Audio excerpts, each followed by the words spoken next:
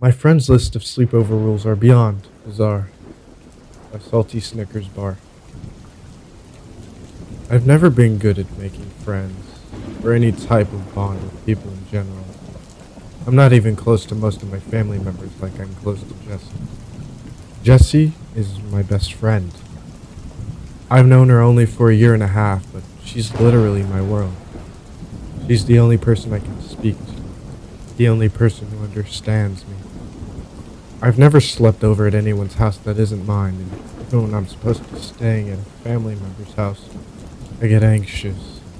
They have to call my parents to collect me. This results in my parents having to cancel everything that they plan. My parents resent me. I'm a huge burden to them because of just how anxious I am. Jessie asked if I wanted to have a sleepover at her house.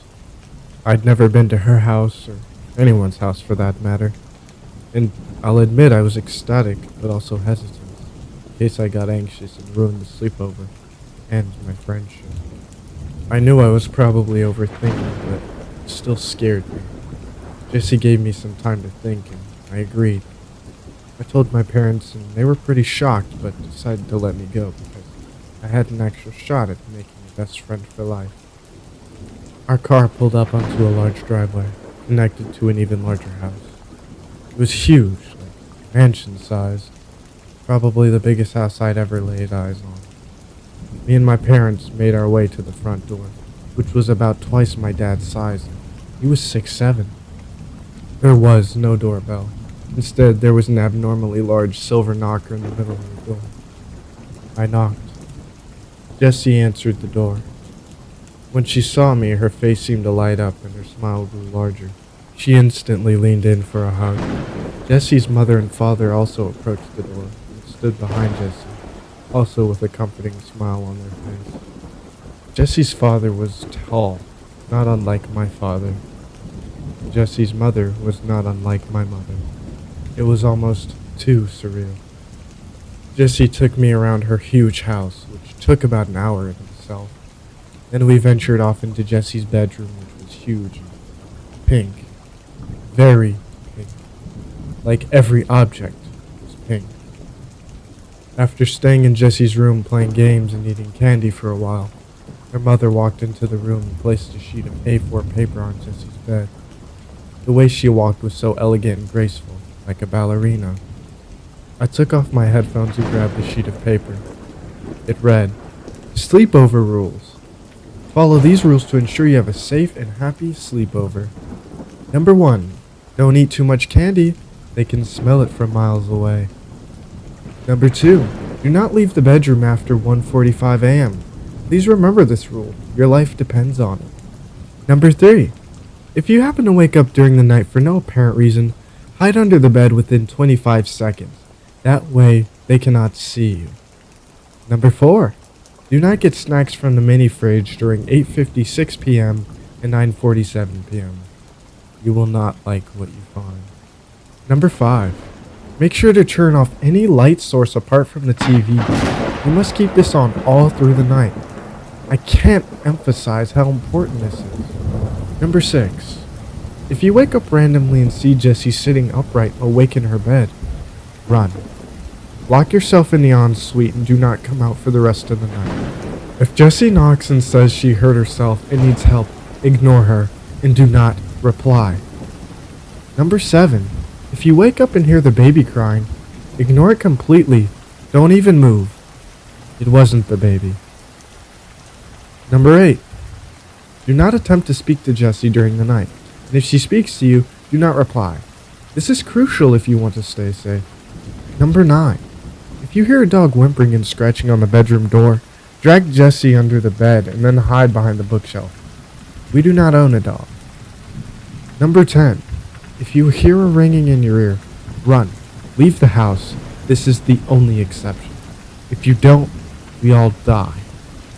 Have a lovely sleepover, Tina. It had to be some kind of joke. These couldn't have been real. But I still had a gut feeling that I should follow these creepy-ass rules. I folded the piece of paper and placed it in my right pocket. Sat down again to play with Jessie. After about an hour, Jessie's dad opened the door. It's bedtime, girls. You must go to sleep now. I suddenly got very anxious because this is when I had to start following the creepy rules. I held back all of my emotion because I didn't want to lose a friend like Jessie. Me and Jessie both got into bed. We top and tailed, so my head was at the bottom end of her bed. Night, Tina. Sweet dreams, she said, in between yawns. I don't know how my dreams were going to be sweet after what I read. Surprisingly, I fell asleep pretty quick. My sleep was pretty deep and I didn't have any nightmares like most nights. And that's when I woke up. My stomach sank. I turned to see Jessie sitting upright in her bed, wide awake. I didn't want to believe that these rules were true, but my instinct was to just run. I bolted into the ensuite and locked the door behind me. After a few solid minutes hyperventilating in Jessie's ensuite, I decided to unlock the door. I thought it was all probably stupid anyway. Just before my hand reached the lock, someone knocked on the door. I froze. Tina, help me. I've hurt my head and my vision's going blurry. I desperately wanted to open the door, but something in my head advised me against it. Jessie kept screaming for help. I slumped into the corner, shaking with every breath I took. She was screaming for hours. It was unbearable. Her voice got less human-like and more distorted with every screech. By the time she stopped, I was already half asleep. I woke up. The light from the sun outside made my eyes sting. My ears were still throbbing. I slowly got up from the corner of the bathroom and unlocked the door. Jessie was playing on her PS5. Everything was totally normal. Hey, Tina, she said in her usual jaunty tone. I think your mom and dad are already outside waiting for you in their car. I couldn't take speaking. Everywhere in my body ached. I picked up my stuff and started walking downstairs. Jessie's parents waited at the bottom of the stairs to greet me. Your parents are outside waiting for you, Tina, said her mother with a smile. How'd they get here so quickly? It was only 8:45. I could see the open door and my parents' car outside. I was so relieved I was going to leave this place finally. Jessie's dad showed me out and I hopped into my parents' car. I couldn't begin to explain how relieved I was to see my parents' smiling faces again. Jessie and her family waved at me as I drove away. How was the sleepover, sweetie? Asked my dad. I was about to reply when I got a notification on my phone. It was a message from my mom. It said, Hey Tina, I was just messaging to ask what time you wanted me and your dad to pick you up from Jessie's house. I looked back up at my mom, who was driving, and then to my dad, who was smiling eerily at me. Shit! I forgot to leave the TV on. I felt sick to my stomach. Then, my dad spoke up.